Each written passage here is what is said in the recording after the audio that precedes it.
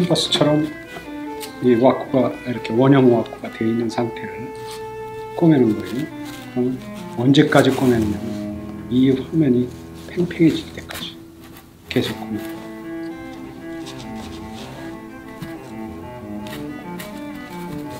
그러니까 이 선과 선의 관계를 근데 의도적으로 계획된 것은 아니고 하면서 이런 데가 이렇게 많이 남아있다 그러면 그걸로 가고 그러니까 자동적으로 선의 방향이 설정이 되죠.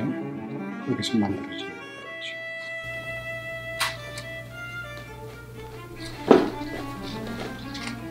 어쩌면 이것도 하나의 우연성이에요. 우연한 어떤 그 상황에 따라서 꿰매 나갈 때 오는 자연적인 현상.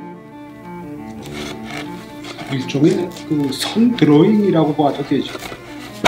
근데 다만 드로잉 하면 이제 시간이 금방 하지만 이건 느린 슬로우 드로잉이다 이렇게 생각합니다.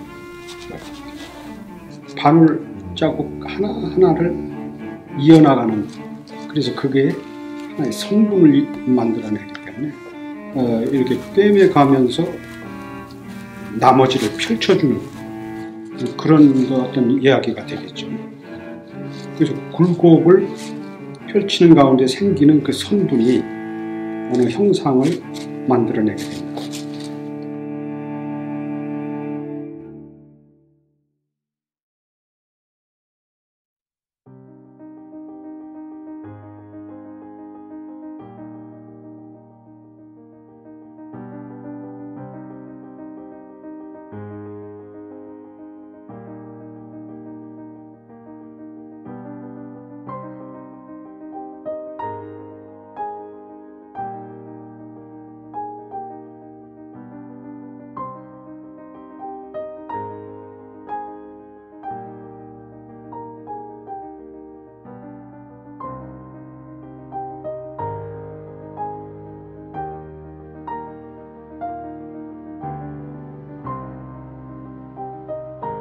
그게 마니푸 아트페어에 이제 작년에 나갔던 작품입니다. 이 마대가 이거는 그 마대 자루가 아니고 그 마대의 롤로 나온 이렇게 한 필로 그렇게 해서 준비된 것인데 이 폭이 그렇게 120 정도밖에 안 돼서 두 개를 이어준 겁니다. 그래서 위아래로 이어주니까 이은 부분이 굵어져요. 이게 굵게 된 부분이 이 작업의 핵심 포인트가 돼버려요. 두 개를 이어주니까 그것이 이 작품의 하나의 그 중앙 라인으로 사용하게 되죠. 근데 이제 이 라인을 주면서 라인의 굴곡도 어느 정도 좀 리듬을 줘야 되니까 그래서 조금 이런 정도의 의도적인 선의 리듬을 갖게 되고 이거를 지어놓기로는 더 크리에이션 그래서 천지창조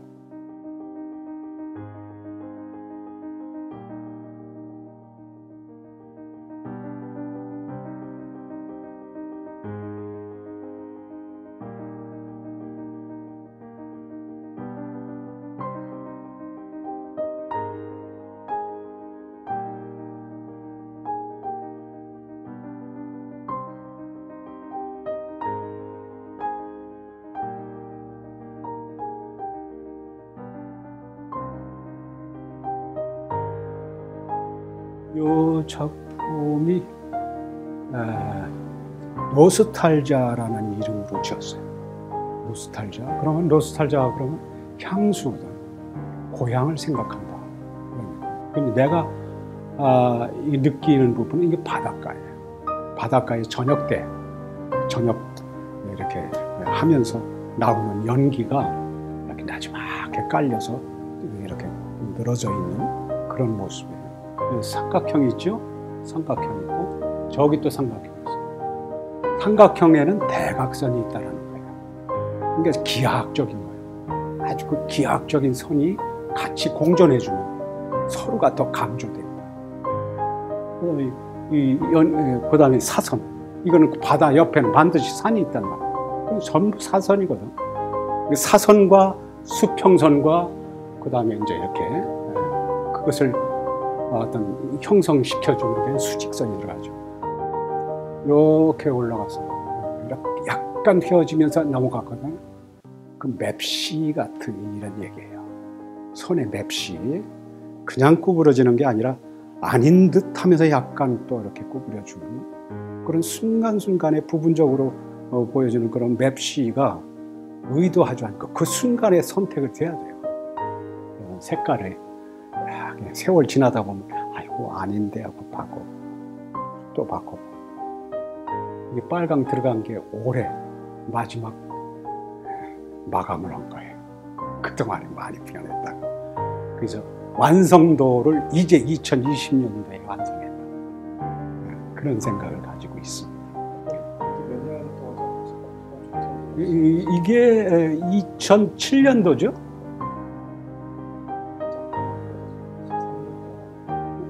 그렇게 됐다고 봐야 되겠죠. 그런데 요거 2007년이라고 하는 부분은 거짓으로 2020년이라고 할 수는 없어요.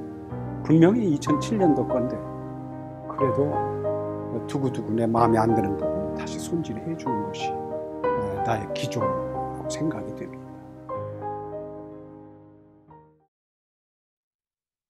나는 근본적으로 혈통에 그림 그리는 것이 하나의 그 혈통으로 이어받은 것 같은 느낌을 받거든요. 나는 아버지, 그 아버지의 혈통을 많이 받은 것으로 얘기를 듣고 있어요. 그런데 화가로서 이렇게 전공을 하신 분이 아니고 그림을 취미로 그렸는데 지금도 그때 그림 보면 이야, 지금도 어느 작가도 이렇게 하기 어려울 텐데 그런 생각이 들죠. 그 혈통이 나한테 흐르고 있습니다. 그러니까 그림을 안 했으면 무엇을 해서 내가 먹고 살았을까 의문가요. 그러니까 다른 건 전혀 어떤 것도 할 수 모르는, 말하자면 사회성이 부족합니다. 사회성이 부족하다는 건 혼자 많이 지냈다는 얘기죠. 그러니까 어린애 때부터 그저 혼자 이불 쓰고 들어가서 그리고, 어머니가 그런 헌 말이 있어요. 이불 쓰고 그리냐고 그런 소리도 들었는데, 그러니까 그 초등학교, 그러니까 옛날 국민학교 때죠. 이 시골에 이제 이렇게 기둥이 하나 이렇게 기둥이 몇 개 있어요. 시골 초가집에. 그리고선 그 홈에 들어가 있는 구멍이 뚫린 이렇게 다른 발을 끼기 위해서 만드는 거 있었는데, 그 홈에 뭐 강냉이 메마른 거, 먼지 뭐 이런 게 별게 다 여기에 들어가 있어요. 그 홈으로 밖을 내다보고 그 홈의 윤곽으로 밖에 보이는 풍경을 보기도 하고, 이게 그런 생활이 나 혼자 생활한 거예요. 그러니까 오직 다른 친구 오면 그 친구하고 만나서 얘기하고 노는 것이 불편했어요. 어색해가지고 그럴 정도로 혼자서 그런 생활을 했는데, 이 스케치하고 수채화하고 묘사하고 풍경화 그리고 한 것은 그때 다 했어요. 국민학교 4, 5, 6학년 때. 중학교 때는 거의 뭐 다른 포스터 이런 걸 했고, 초등학교 때, 국민학교 때 묘사력은 다 거의 마쳤다고 보면 돼요. 일리에 하나의 재미있는 얘기가, 미술책, 무슨 그림책인데 그걸 똑같이 했어요. 근데 나는 수채화인데 유화로 그려놓은 거예요. 그 수채화를 가지고 유화처럼 붉게 했어요. 그래서 벌써 초등학교 때 사실적 묘사력은 거의 더 이상 하기가 불편한, 그렇게 생각을 했는데, 그 이후에 자꾸 다른 거를 변형을 하려고 그래요. 이게 그 태생이 지금도 연장이 되고 있는 것 같아요.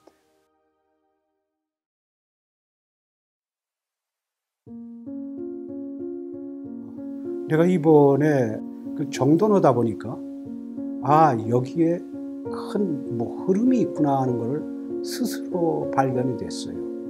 그래서 처음에는 평면 작업으로 캔버스에 묘사하고 그리는 작업인데, 그 작업이 대학 졸업하면서 한 2, 3년 내로 깨집니다. 그런데 그 작업을 변신하는 게 아니라 그거는 그냥 있으면서 또 다른 거를 이렇게 선택하게 되는데 그 선택 개념이 내가 변신하기 위한 하나의 아이디어를 딱 가지고 간 게 아니라 내 주변에 있는 재료를 선택을 한 거예요. 그러면 캔버스가 있으면 캔버스를 했을 거예요. 근데 난 가난해서 캔버스가 많지 않았어요. 오히려 그려놓은 걸 또 거기 위에다 지우고 또 그렸으니까. 대학원 때 작품이 왜 없나 했더니 그래서 없더라고요. 자, 그런데 그런 그 이후에 이제 대학에 이제 적을 두고 가르치면서 그릴 때 내 교수실 앞에 통나무 이렇게 건축하고 남은 통나무가 있어요. 건축하기 위해서 이렇게 세우는 아시바라고 해요. 그게 다 있어요. 그런데 이 양반들이 그걸 다 태우는 거라 야 아까워 이거 놔주시오. 그래서 교수실 앞에 쌓아놓고서 그는 가지고 작업을 한 게 저쪽 작업이에요. 그 이후에 철로 바뀝니다. 그게 재료가 없으니까. 그 다음에 철이 바뀌는데 철이 들어가 있는 나무하고 같이 있는 게 농기구죠. 농기구가 하면서 그 다음 이후에 그것도 한계가 있어요. 몇 개밖에 없는데 그 뭐 많이 할 수 없잖아요. 그 다음에 이제 폐철상, 고물상이죠. 고물상에 들려서 사오는 거예요. 그러면 거기에 뭐가 있냐면 여러 가지 내가 꾸밀 수 없는 형태가 거기서 발견이 돼요. 나는 거기서 선택을 해요. 선택하는 것부터 출발한다. 그거예요. 내가 계획해서 드로잉해서 그대로 빚어내는 게 아니라 그냥 일반적으로 있는 자연 혹은 그런 고물, 폐품 이런 데서 나오는데 그게 모두가 다 예술 작품은 아니에요. 선택받아야 된다. 선택이 되면은 선택한 걸 그냥 놔둡니다. 오래. 그럼 어느 땐가가 뭐가 결합이 되고 어느 땐가는 여기에 세워져요. 그럼 내가 선택을 해서 그놈을 만들어 놓으면 하나의 생명체가 만들어져요. 그런데 이제 그런 과정이 이제 있었는데 그럼 마대는 뭐냐? 마대는 그것도 재료의 일종이에요. 근데 이게 철 작업하기 이전에 옛날부터 쭉 조금씩 했던 것들이에요. 자, 그러면은 내가 재료가 바뀌고 이렇게 바뀌고 하고 그것이 변신해서 또 요거라고 전해온 게 아니라 추가가 됐던 거예요. 자, 내가 회화적인 방법을 하고 있는데 거기에 목재가 들어가고 철재가 들어가고 이게 합쳐지는 거예요. 지금은 마대가 들어갔어요. 그래서 필요하면 철재가 또 나와요. 그런 사물에서 선택된 것이 결합이 되거나 조금 이걸 손질해서 하나의 생명체로 만들어낸다. 거기에 기쁨이 있어요. 거기에 참 어떤 만족감을 느껴요.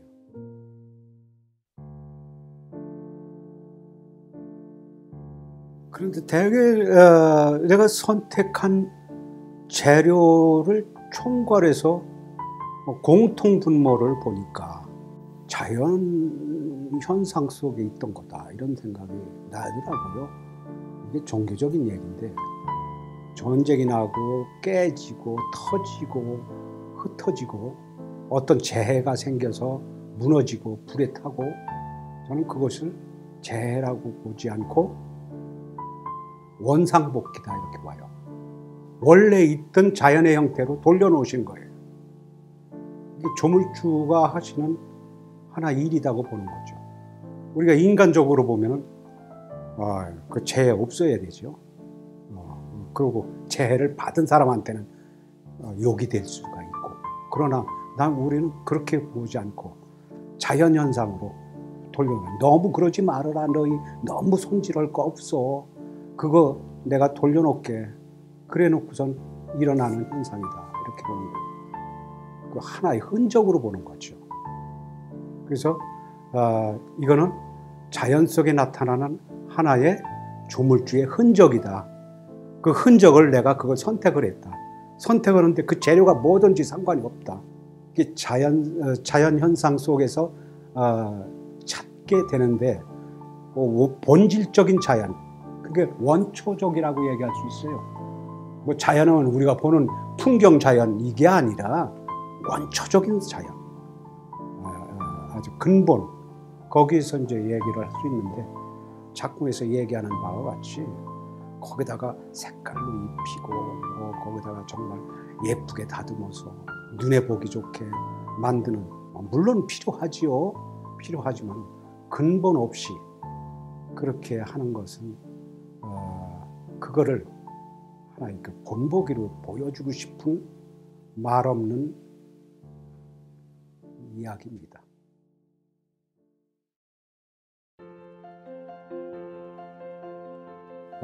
구체적으로 조금 다르게, 형태적으로 좀 다르게 나타낼 부분의 아이디어, 계획은 뭐가 있냐면 손바닥만한 그림이에요. 난 크게만 했잖아요. 손바닥만한 그림을 계속 만들어냅니다. 아주 가볍게. 어렵게 했는데 난 가볍게 이제 해봐야 되겠다는 거예요. 그게 계획인데, 여기에는 중요한 게 있어요. 손바닥만한 거를 만들어서 그 장면에 따라서 그놈을 집합시키는 거예요. 근데 이제 그런 작가들이 많이 있어요. 소형 작업을 이렇게 전시장에다 쫙 붙이는 그런 작가 유형이 있어요. 다만 나는 그거를 벽돌 쌓듯 한다. 벽돌 10cm, 20cm 그 하나만 작품으로 설정돼도 돼요. 2장을 연장된 것으로 해도 돼요. 늑장으로 해도 돼요. 근데 저 화면이 다 필요하다. 150장이 필요하다. 150장을 갖다 놓고 한 작품으로 인식하는 거예요. 그렇게 해서 그 한 작품 한 작품에 내가 하나의 즐기던 놀이가 하나의 큰 이야기로, 스토리로 전개해 주는 그런 작업을 지금 1단계 준비됐어요.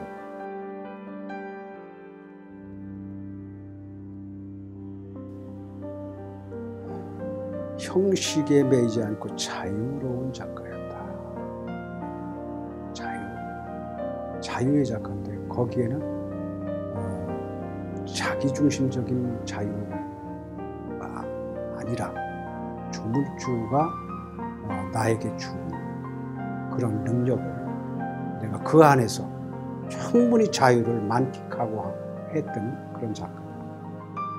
그러니까 일상적으로 말하면 자유를 정말 자유롭게 구사하는 작가, 그런 말을 듣고 싶습니다.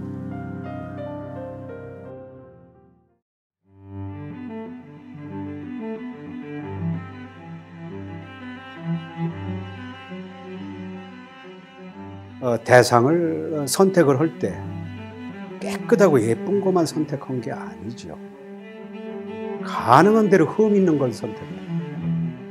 인간도 많은 흠, 많은 고통, 외로움, 또 많은 어떤 외부로부터의 좀 정말 어려운 그런 삶을 산 사람이 더 그 내면이 아름답게 보여진다. 당신의 흠은 아름다운 것이니 자신을 가져라.